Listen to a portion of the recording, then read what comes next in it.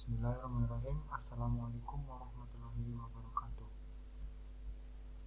Perkenalkan, nama saya Rocky Adinah Sohalani dengan NIM 621142418. Jurusan Ilmu Keolahragaan, Fakultas Ilmu Keolahragaan, Universitas Negeri Semarang.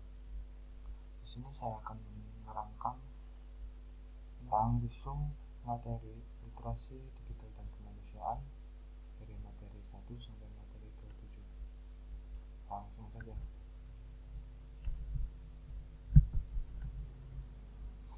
Teknologi.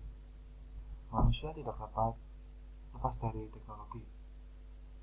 Menurut Paul Widiford, teknologi adalah ilmu terapan yang telah dikembangkan dan memiliki perangkat keras dan lunak yang merupakan manifestasi kekuasaan terhadap alam, manusia, dan kebudayaan. Pada awalnya, manusia tidak berbeda dengan hewan yang hanya menggunakan tubuhnya sebagai satu-satunya strategi untuk bertahan hidup.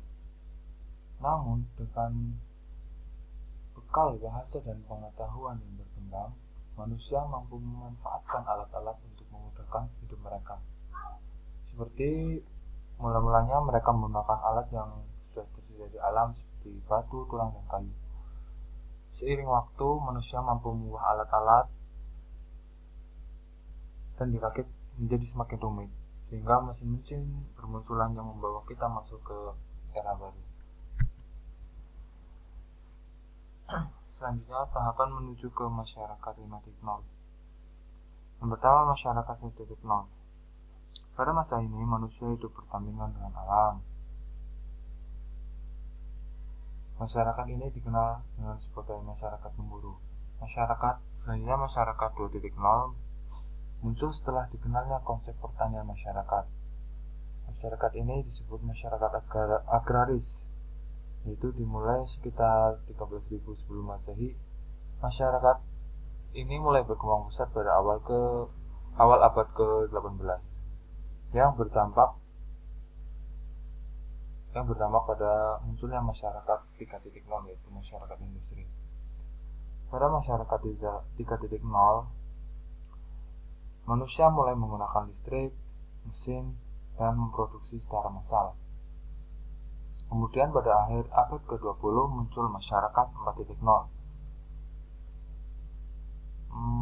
Manusia pada masyarakat ini sudah umum dalam menggunakan komputer dan teknologi informasi. Oleh karena itu, masyarakat 4.0 dikenal sebagai masyarakat informasi. Setelah masyarakat informasi, baru kita siap menuju ke masyarakat 5.0. Selanjutnya adalah dampak teknologi. Ada dampak positif dan negatif. Yang pertama, dampak positif teknologi. Di dunia virtual telah mengubah kultur dan tatanan pada berbagai bidang kehidupan manusia, tak terkecuali bidang pendidikan. Perubahan jelas terasa bagi lembaga penyelenggara pendidikan, termasuk perguruan tinggi. Bukan saja karena teknologi digital itu berkembang, sehingga menuntut adanya penyesuaian pada sisi pendidikan, cara kerja, proses belajar, dan strategi yang baru, tetapi juga karena faktor generasi pembelajar yang mayoritas sudah mengenal digital dan media, sehingga menuntut semua institusi untuk ikut memanfaatkan teknologi yang ada. Ada beberapa dampak positif. Yang pertama adalah kemampuan menggunakan teks, alat, dan teknologi untuk mengakses informasi. Yang kedua, kecakapan dalam berpikir kritis, menganalisis, dan mengevaluasi data. Yang ketiga, kemampuan untuk berefleksi dan berpikir etis. Literasi digital tidak semata-mata penguasaan teknologi komputer dan keterampilan penggunaan internet belaka, yang berkonotasi menjadikan manusia sebagai sosok robotik belaka, melainkan lebih luas daripada itu, yaitu memadukan literasi dan digital. Selanjutnya ada dampak negatif teknologi. Perkembangan akal manusia yang begitu cepat, yang berpengaruh kepada maupun dipengaruhi oleh teknologi digital, seolah-olah tidak bisa dibendung lagi, khususnya di zaman kemajuan seperti sekarang ini. Tatkala manusia menciptakan sekaligus membutuhkan teknologi jaringan komputer, internet merupakan kegiatan komunitas komersil menjadi bagian tersebar dan tercepat pertumbuhannya yang telah melampaui batas-batas terbesar suatu negara. Ada beberapa dampak negatif. Yang pertama, membuat candu gadget yang dimiliki dan aplikasi-aplikasi yang ada di dalamnya. Yang kedua, kurangnya bersosialisasi antar manusia karena fokus dengan teknologi. Yang ketiga, munculnya tersebarnya pornografi, perjudian, dan penipuan.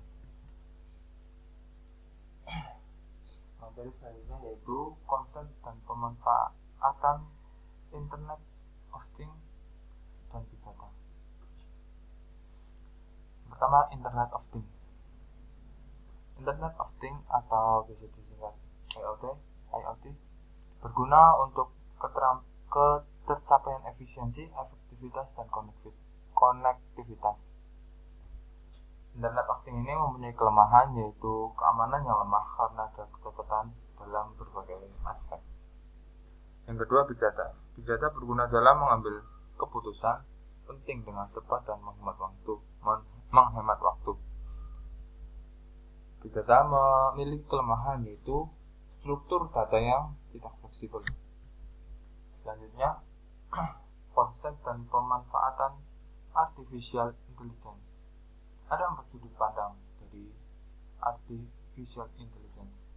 Yang pertama adalah sudut pandang kecerdasan, yang kedua sudut pandang penelitian, yang ketiga sudut pandang bisnis, dan yang keempat sudut pandang pemrograman.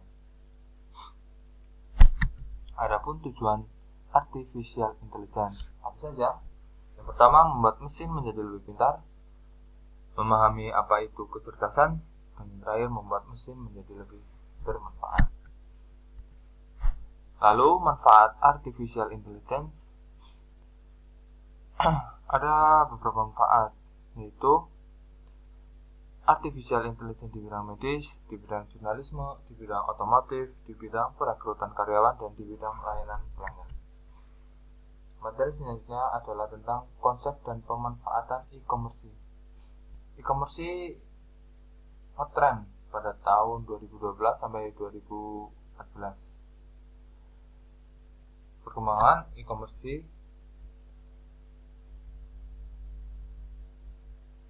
sosial, lokal, dan mobile. Selanjutnya, mobile platform menjadi musuh PC platform. Selanjutnya, pertumbuhan cloud computing. Selanjutnya, ledakan pertumbuhan big data. Selanjutnya, e-book mulai diterima luas, dan yang terakhir pertumbuhan user generated content. Itulah konsep dari e-commerce. Selanjutnya adalah etika dunia cyber.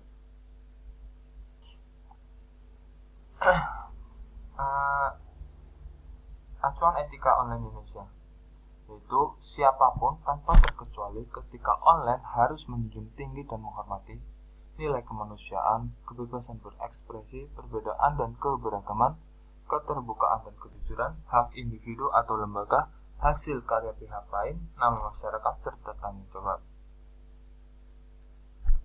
Ada hal-hal yang penting terkait etika dunia cyber.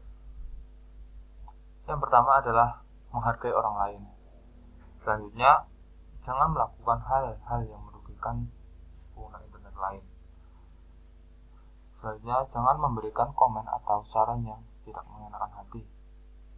Yang keempat, jangan melakukan penyadapan. Yang kelima, menghargai privasi, baik privasi diri ataupun privasi orang lain. Yang terakhir adalah berpikir kritis. Materi selanjutnya materi yang ketujuh adalah aturan hukum tentang informasi dan transaksi elektronik. Undang-undang informasi dan transaksi elektronik adalah ketentuan yang berlaku untuk setiap orang yang melakukan perbuatan hukum sebagaimana diatur dalam undang-undang ini, baik yang berada di wilayah Indonesia maupun di luar wilayah hukum Indonesia, yang memiliki akibat hukum di wilayah hukum Indonesia dan atau di luar wilayah hukum Indonesia, sehingga merugikan kepentingan Indonesia. Mungkin itu saja yang dapat saya sampaikan, kurang lebihnya Mohon maaf. Wassalamualaikum